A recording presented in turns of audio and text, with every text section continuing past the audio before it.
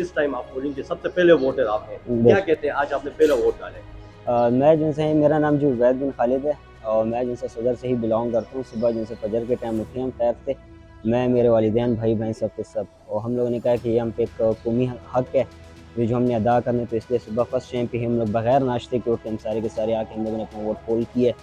और इंशाल्लाह बाकी जो होगा अल्लाह खैर करेगा। हमारे हाथ में सिर्फ इतना ही था तो हम लोग ने अपने हाथ से जिनसे वोट पोल कर दिया। हमारे हाथ में तो सिर्फ ये हम वोट ही दे सकते हैं, और जिसको ज़्यादा वोट पड़ेंगे तो डेफिनेटली उन्होंने ही आना है।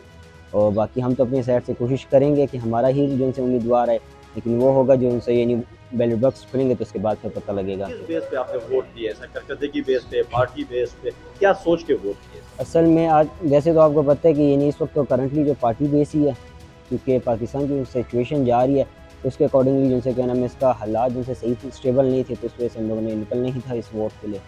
तो बस बिस्मिल्लाह वोटर की राय करते क्या है सर, कौन जीतेगा? सर कुछ भी नहीं कह सकते। वैसे तो जिनसे क्या नाम है इसका अगर आप माहौल देखें तो वो एक तरफ जा रहा है, और जहाँ पे जिनसे क्या नाम है इसका जितने वोटर ज़्यादा वोट पोल करेंगे तो उसके मुताबिक ही बात कंफर्म होगी।